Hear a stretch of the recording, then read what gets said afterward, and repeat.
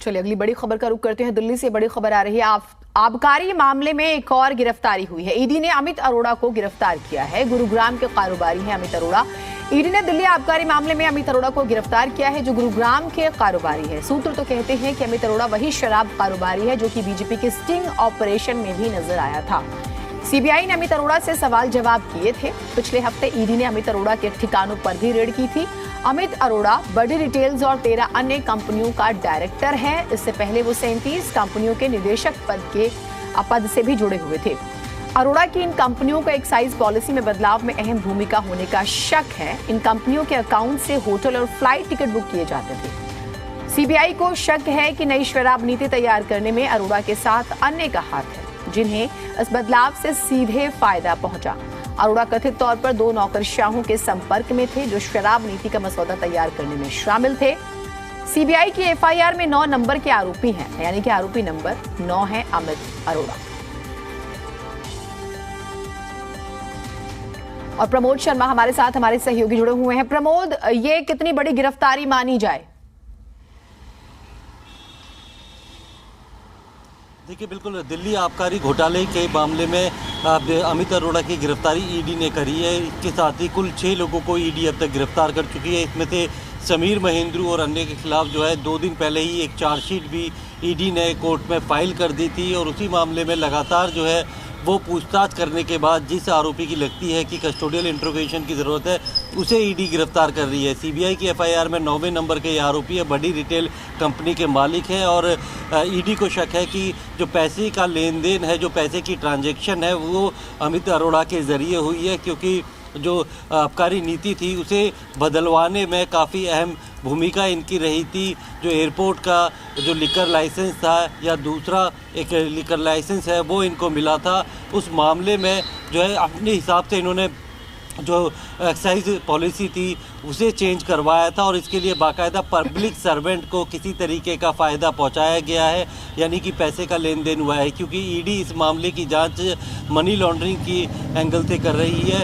ED ने PMLA के तहत केस दर्ज किया था, वहीं इसमें पैसों की ट्रांजैक्शन कैसे हुई है उसी का पता लगाने के लिए ईडी ने जो है अमित अरोड़ा को गिरफ्तार किया है। और इसके साथ ही जो है इस मामले में सीबीआई जो है वो क्रिमिनल कॉन्स्पिरेसी और प्रिवेंशन ऑफ करप्शन एक्ट के तहत जो केस की जांच कर रही है, उसकी जांच के दायरे में कई सारी कंपनियों के मालिक समेत 4 पब्लिक सर्वेंट हैं, जो कि जिसमें मनीष सिसोदिया पहले नंबर के आरोपी हैं और तत्कालीन जो excise commissioner are Gopi Krishna और डिप्टी एक्साइज कमिश्नर आनंद तिवारी और पंकज भटनागर असिस्टेंट कमिश्नर, ये 4 जो पब्लिक सर्वेंट हैं। उसके साथ ही बाकी जो लोग हैं वो कंपनियों से जुड़े हुए हैं, कंपनियों के मालिक हैं। इसमें कुछ प्राइवेट पर्सन जैसे विजय नायर है और भी कई लोग हैं, वो किस तरीके से जो बड़े शराब कारोबारी थे उनके बीच में मिडलमैन का काम किया था और सरकार से जानबूझकर ये एक्साइज पॉलिसी बदलवाई गई, जिससे सरकार को न सिर्फ नुकसान हुआ बल्कि जो प्राइवेट पर्सन थे उनको किसी तरीके का फ़ायदा पहुंचाया गया, चाहे वो पैसों को लेकर हो या दूसरे तरीके से। इसीलिए प्रिवेंशन ऑफ करप्शन एक्ट के साथ साथ 120B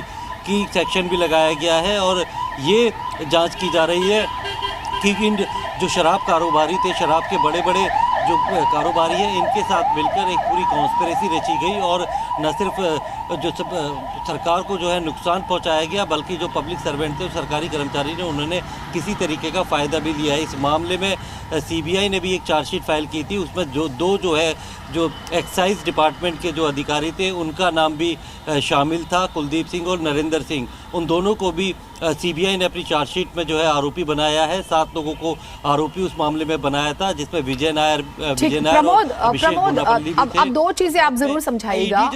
ठीक है प्रमोद, अव्वल तो ये कि जो चार्जशीट आई थी उन 7 नामों में अमित अरोड़ा का नाम नहीं है।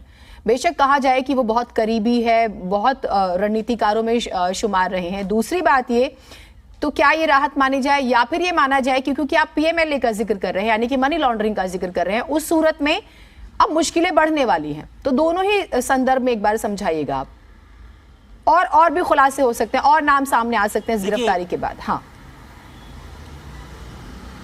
देखिए, जैसे जैसे जांच सीबीआई कर रही है या ईडी कर रही है, जिन लोगों को वो गिरफ्तार कर लेती है तो उनके लिए एक सीमा होती है। तय सीमा होती है, 90 दिन के अंदर उन्हें चार्जशीट फाइल करनी होती है। उसी हिसाब से जब विजय नायर और अभिषेक बोनापल्ले को गिरफ्तार किया था तो उनकी 90 दिन की मियाद ख़त्म होने वाली थी, इसीलिए सीबीआई ने चार्जशीट फाइल की ताकि उन्हें ज़मानत ना मिले। अगर 90 दिन तक कोई एजेंसी चार्जशीट फाइल नहीं कर सकती गिरफ्तारी के बाद, तो फिर जो आरोपी होता है उसे ज़मानत लेने का अधिकार मिल जाता है, इसीलिए उन्होंने चार्जशीट फाइल कर दी थी। वहीं जो समीर महेंद्रू है, ईडी ने जब चार्जशीट फाइल की थी गिरफ्तारी के बाद तो उसको भी 90 दिन होने वाले थे, तो ईडी ने भी चार्जशीट फाइल कर दी थी ताकि उन्हें ज़मानत ना मिले। और जैसे जैसे जांच आगे बढ़ रही है, जो जो जांच के दायरे में सामने आ रहा है और जिसकी भूमिका लग रही है इस एक्साइज पॉलिसी को बनाने में, इसे बदलवाने में और पूरी जो क्रिमिनल कॉन्स्पिरेसी है उसमें शामिल होने का जैसे जैसे सबूत मिल रहे हैं उन्हें गिरफ्तार कर रहे हैं और उनके खिलाफ जो है चार्जशीट वो आने वाले वक्त में जो है सप्लीमेंट्री चार्जशीट के तौर पे जो एजेंसीज है वो फाइल करती हैं। तो अभी अमित अरोड़ा गिरफ्तार हुए हैं, इनको रिमांड पे लिया जाएगा, इनसे पूछताछ की जाएगी। इससे पहले भी पिछले हफ्ते भी सीबीआई ने इनसे अमित अरोड़ा को बुला के पूछताछ की थी। ईडी ने इनके कई ठिकानों पर रेड की थी, उसके बाद मिले सबूतों के आधार पर इनसे पूछताछ की गई। लेकिन जब ईडी को ये लगा कि अब ये जांच में सहयोग पूरी तरह नहीं कर रहे तो इन्हें कस्टोडियल इंट्रोगेशन के लिए जो है गिरफ्तार किया गया। अब इन्हें कोर्ट पे पेश करके रिमांड पे लिया जाएगा और इनसे उन सवालों के जवाब मांगे जाएंगे जो इस जांच को आगे बढ़ा सकते हैं। तो जाहिर तौर पे इसमें राहत किसी को नहीं है। आने वाले दिनों में जितने भी आरोपी हैं, कुल इस मामले में 15 जो है आरोपी हैं जो सीबीआई की एफआईआर है उसमें जो है जिन जिन की भूमिका जैसे जैसे सामने आती जाएगी उनको गिरफ्तार किया जाएगा। और इन्हीं की जांच के लिए, क्योंकि एक कॉलम में जो है अननोन लोगों का नाम भी होता है, तो कई ऐसे नाम हैं जिनको आरोपी अभी नहीं बनाए गए, लेकिन जांच में उनके अगर भूमिका सामने आती है तो उन्हें भी आरोपी इसमें बनाया जा सकता है। और धीरे धीरे करके जैसे जांच आगे बढ़ती जाएगी तो जाहिर तौर पे जो सीबीआई है उसका जो लाइन ऑफ इन्वेस्टिगेशन है वो है प्रिवेंशन ऑफ करप्शन एक्ट और साथ में क्रिमिनल कॉन्स्पिरेसी। वहीं ईडी जो कर रही है वो prevention of money laundering act के तहत कर रही है कि पैसा कहां से रूट हुआ, किसने कितना पैसा दिया, क्या शेल कंपनियों के जरिए पैसा आया या फिर ये जो पैसा था वो देश के किस किस हिस्से में गया। तो दोनों की जांच जो है वो अलग अलग लाइन पे चल रही है। लेकिन लगातार जैसे जैसे अब अमित अरोड़ा गिरफ्तार हुए हैं तो इसकी बात जो है इनके बयान के आधार पे जो है बाकी शराब कारोबारी है, बाकी लोगों की भूमिका की जांच अब की जाएगी। ठीक है, आपने अच्छी जानकारी दी। और एक और बात ये, क्योंकि आपने कहा कि कॉन्स्पिरेसी और अलग अलग पहलुओं पर जांच हो रही है, खबरें तो ये भी है कि 140 फोन नंबर चेंज किए गए, जिस तरह से बात की गई, ये भी बातें हो रही हैं। अब इसका सियासी पहलू भी जरा समझाइएगा, क्योंकि इलेक्शंस हैं, हम देख रहे हैं दिल्ली में माहौल और खींचतान इस मुद्दे को लेकर लगातार हो रही है। तो उस सूरत में आगे क्या होता हुआ इस पूरे मामले में आपको दिख रहा है और सियासी संदेश क्या जा रहा है? देखिए, इस मामले को लेकर लगातार जो है सियासत गरमाई हुई है, क्योंकि बीजेपी भ्रष्टाचार का आरोप लगाते ही है सबसे भ्रष्ट पार्टी आम आदमी पार्टी को बताया। और वहीं शुरू से ही अरविंद केजरीवाल हो, मनीष सिसोदिया हो या आम आदमी पार्टी का कोई भी नेता हो, वो बीजेपी के ऊपर जो है ईडी और सीबीआई के दुरुपयोग का आरोप लगाते हैं। और जब सीबीआई ने अपनी चार्जशीट फाइल की और ईडी ने अपनी चार्जशीट फाइल की तो इन्होंने एक तरीके से जो सोशल मीडिया पर या इस तरीके का प्रचार किया गया कि इनकी जांच में कुछ नहीं निकला और चार्जशीट में जो है वो मनीष सिसोदिया का नाम नहीं है, ना ही ईडी की ना ही सीबीआई की। तो एक तरीके से अपने आप को पाक साफ और निर्दोष जो है ये पार्टी अपने आप को बता रही है।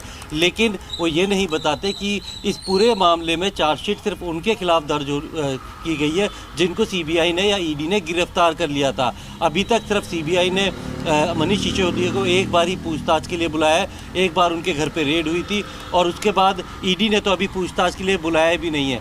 जाहिर तौर पे क्योंकि मनीष सिसोदिया को अगर समन भेजा जाता है या फिर बड़े से पूछताछ होती है तो पूरी तरीके से विक्टिम कार्ड या फिर एक तरीके से उसको एक इवेंट जो है वो आम आदमी पार्टी बना देती है। तो उससे बचने के लिए जांच एजेंसी भी पहले सारे पुख्ता सबूत जुटाना चाहती है और जब पूरे सबूत जांच एजेंसियों के पास होंगे तो उसके बाद मनीष सिसोदिया को पूछताछ के लिए बुलाया जाएगा। और फिलहाल अगर मनीष सिसोदिया को पूछताछ के लिए बुला लेते हैं या गिरफ्तार कर लेते हैं तो ये बीजेपी भी जानती है कहीं ना कहीं उनके ऊपर राजनीतिक साजिश रचने का आरोप लग जाएगा कि चुनाव को देखते हुए उन्होंने जो है मनीष सिसोदिया को गिरफ्तार किया है या उन्हें पूछताछ। आम आदमी पार्टी तो शुरू से ही कह रही है कि ईडी और सीबीआई की चार्जशीट में अगर आरोपी नंबर 1 मनीष सिसोदिया का नाम नहीं है तो अपने आप में ये बहुत बड़ी जीत है उनकी कि शुरू से ही वो ये बात कह रहे थे और यही साबित हुआ। ठीक है प्रमोद, आपसे हम अपडेट्स लेते रहेंगे। बहुत शुक्रिया आपका फिलहाल तमाम जानकारियों के लिए। गिरफ्तारी बड़ी मानी जा रही है, लेकिन आगे इसमें क्या कुछ होगा हम आपको जानकारी देते रहेंगे।